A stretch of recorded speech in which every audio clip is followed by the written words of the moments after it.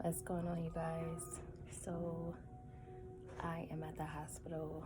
I woke up bleeding with some clotting, and it was a lot of blood, more than normal. So I'm at the hospital during the corona time, and I'm just trying to stay positive and just trust God through the process. I've cried, but I'm just trusting God. Unfortunately, I have to be by myself because of everything that's going on, Will, and my parents could not be with me, so I'm just praying through it, breathing, and just trusting God that if this is a miscarriage, then He'll give me the strength to get through it.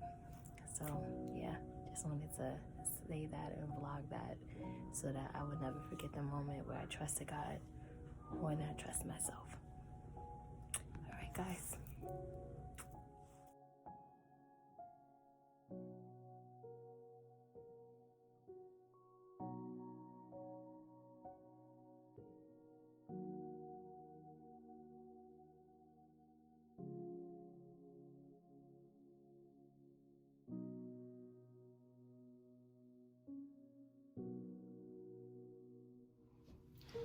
Hi guys. What's going on, YouTube? Welcome to Will and Dom.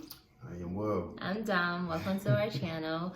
We just want to give a special thank you to everybody who commented, who liked, who watched our last video. We just wanted God to get all the glory, and we're so happy that He did get the glory, and that, you know, His word just stood firm no matter what was going on in our lives. Oh man, the love, the feedback, the encouragement, the touch lives. It really meant so much for us, you know, to just glorify God through us, you know, and just use our platform as a way to bring acknowledgement to who God is and how loving He is and how He comes through. So that was just such an amazing video response. Yeah, so we thank you for that, and we love you for that. So the next thing that I wanted to talk about was the clip that you seen prior to the video starting. I was about 12 weeks and 2 days, and I just woke up and I was bleeding a lot. Like, I woke up in blood. I had it on my hands and my legs. I was just like, babe. And I immediately was like, wake up, I'm losing the baby. And I remember going to the bathroom and just crying, as, you know, I just seen so much on the floor, and I was just like, there's no way that this baby is gonna survive this, because I just lost way too much blood. And I was crying to Will, and I was just like, babe, like, it was just such a devastating moment for me, for us. You know, and a miscarriage is something that when, you know, you watch somebody go through, you hear stories about somebody who, you know, is carrying a baby and they lose it, and how much, you know, effect it has on them. You know, so seeing, like, I seen so much blood on the bed, and she was walking those footprints of her stepping on her own blood, and like, we're just crying. It was just such a time when it was like, wow, like this is actually happening, you know? Yeah, and I remember just calling my parents like, Mom and Dad, like, I'm losing the baby, you know what I mean? Like, I got in the shower and I started crying, and I heard God say, stop crying. It was like very soft, like, stop crying. And so then I wiped my tears and I went out, and then Will helped me, you know, get myself together.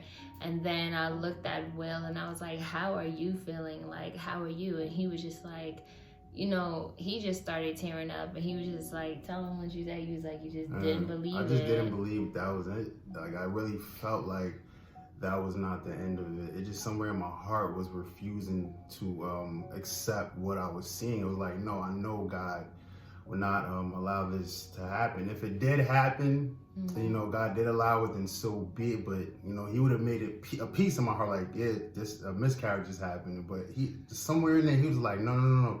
like, just keep the faith. Everything is all right. And I was just like, my wife was grabbing me. Had tears coming down my eyes. I'm like, I just don't believe this is it. Like, I really don't. Yeah. So my parents eventually came over, and my mom was saying the same thing. She's like, listen, Dom, like, I don't believe that this is the end. Like, I don't believe that, you know, God would take us this far to have this outcome.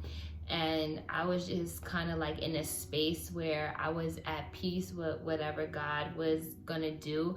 I was trying to prepare myself, like, okay, losing this much blood, I'm gonna have to prepare myself to not hate God, and I'm gonna have to prepare myself to accept the fact that maybe this is not my time, but my time will come. So it was just me battling, like, God, I don't want to hate you. Like, I don't want to hate you. I want to accept this as this is your will. And if this is not the time where I have this baby, like, I accept that. But it was just like, I was just fighting the anger and fighting the being scared. And then, like, it's just like my faith has to come in and just calm me down. Like, you know, like, whatever plan God has for my life, like, that is the plan. And I have to accept that no matter how hard it is, you know.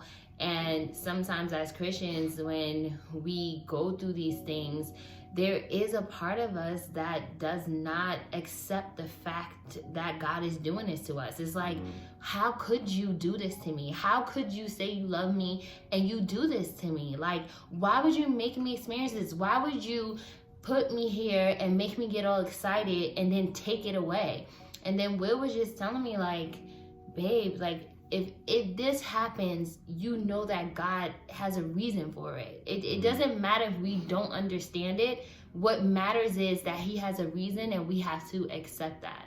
So I'm gonna tell him what happened. That I end up going to the hospital, you know, and so around this time, COVID was running rampant around everywhere. So I walked in there all happy, thinking I'm either gonna be next to my wife with that support system. And they're like, no, sir, turn around and exit the door. Yeah. So, you know, I walked out and I was with I gave her a kiss and I just prayed with her and just told her like keep us in contact, you know, keep your phone around you. But Dominique, of course, only has 5% battery life. You know? So, you know, I go back with the parents and we just sat outside and we just prayed. You know, you guys seen Dominique's father and mother, you know, our family just very supportive. So, So when I went in by myself, I'm like, Lord, like, and you're gonna make me go through this by myself and I'm still bleeding? And it was just like so bad that I had to change my gown twice. And it was just like, God, like, you got me isolated. I can't see my family. My phone died. All I have is the guy who's cleaning my room. He was so nice though. He kept cleaning the room and saying, look, I'm cleaning everything so you won't catch anything. And he was very nice. But it's just like I was alone at that time. And I just was like, you know what, God, like, I just said a prayer. I was like, Lord, if this is a warrior inside of me, I pray that you give it the strength to fight. I pray that you would give it the strength to hear my prayers and want to fight for its life, because I want and I felt like I need this baby. And I was like, please, Lord, like, please. And the nurse came in and she was just like, after waiting 2 hours, she was like, you know, the doctor got in touch with me and I'm going to be doing a ultrasound. And so then she put it on my stomach, her and the doctor. And then the doctor was like, I heard the nurse chuckle. She was like, oh. And I was like, and because I'm thinking like they're seeing like a lifeless baby. And I'm just like, and she just chuckled like, oh. And I know my baby so much because every appointment, everyone always does that sound, like, because it's like moving everywhere, you know, it's like so active. So once she did that, I knew, like, that's my baby, like the baby is moving, like it's okay. So when I heard that, like right before they did the ultrasound, I heard God say, like, I'm still here. Like, it was just like a whisper, like, I'm still here. And then they did the ultrasound, and then I see my baby, and our baby, and I came outside, and I'm just like, guys, like, God did it again. Like, there's no way that, I just could not believe how much blood I lost. And then for the baby to just still be sitting there, you know, active and moving, like nothing ever happened. So I was just like, oh my gosh, like, you did it again. Like, this is a miracle. Like, I just couldn't understand, like, how great God was at that moment. Like, I was blown out of my mind to see that the baby had lived through all of that. Yeah, you know, and just watching my wife take that stroll from the hospital to the car, it's like, you don't know what she's gonna say, and we're all anticipating. You know, my wife, she sits down, and the first thing she started talking about was she seen her phone with Trump, and we're looking at her like, can you please tell us, like, the news of what's going on? Then she goes, you know, the baby's okay. They, you know, we just start rejoicing and praising God. Mm-hmm. And she's like, the baby just moving all over the place. This is a very active baby, you know. Yeah. Every time you see it on the sonogram, it's ultrasound, it's always like just very active, kicking and punching and doing all this. And it's like, you know, to hear that, to go through that morning, you know, and then by the afternoon, it's like I just knew, like, God just saying it's not over. Like, I'm with you guys, mm-hmm. You know. God is always a present help in a present time. Yeah. So it's like, just have to rely and just, you know, just accept his decision. Because, you know, as the Bible says, you know, my ways are not your ways, nor are my thoughts your thoughts. Basically, God says, you cannot understand my ways. You can't understand my thinking. But what you can do is just trust me. Yeah. You know? And that's what we have been doing through this journey, just trusting mm-hmm. God. And he has come through. He has just beyond. Like, I have no words for how great God is. Like, oh my gosh. Like, our faith has increased to a level that is like, it's just like, I can't doubt you because of what you have done. Like, I'm still at the point where, like, because I'm not done with, you know, I still have more months and weeks and stuff to go, but I'm at the point where I'm like, God, at this point you can do anything. Like, God is just so good. He's just so good. That's what it boils down to. He's so good. All right, I know they want to see. Oh yeah, so we decided that we was going to show you guys what do they call it? Belly bump photo? I don't know. But anyway, we're going to do a belly bump photo because we want it to be joyous now. Like, we have told you guys the trials and tribulations that we went through. And I'm sure that God is going to have more testimonies as this pregnancy goes by. But as of now, we are okay. I am 5 months. Well, the doctor said don't use a month. I am 18 weeks. Tomorrow I will be 19 weeks. And we'll be doing a video on as much as I can remember from 5 weeks to now. So yeah. Ready? Yeah. So here is the belly bump. Whoa. So here it is. This is our little munchkin. You know how much people have been praying for you, behind you? Yes, so there it is. And we are very excited that you guys are going on this journey with us. And we love you guys so much. And I know you guys see something different about Will.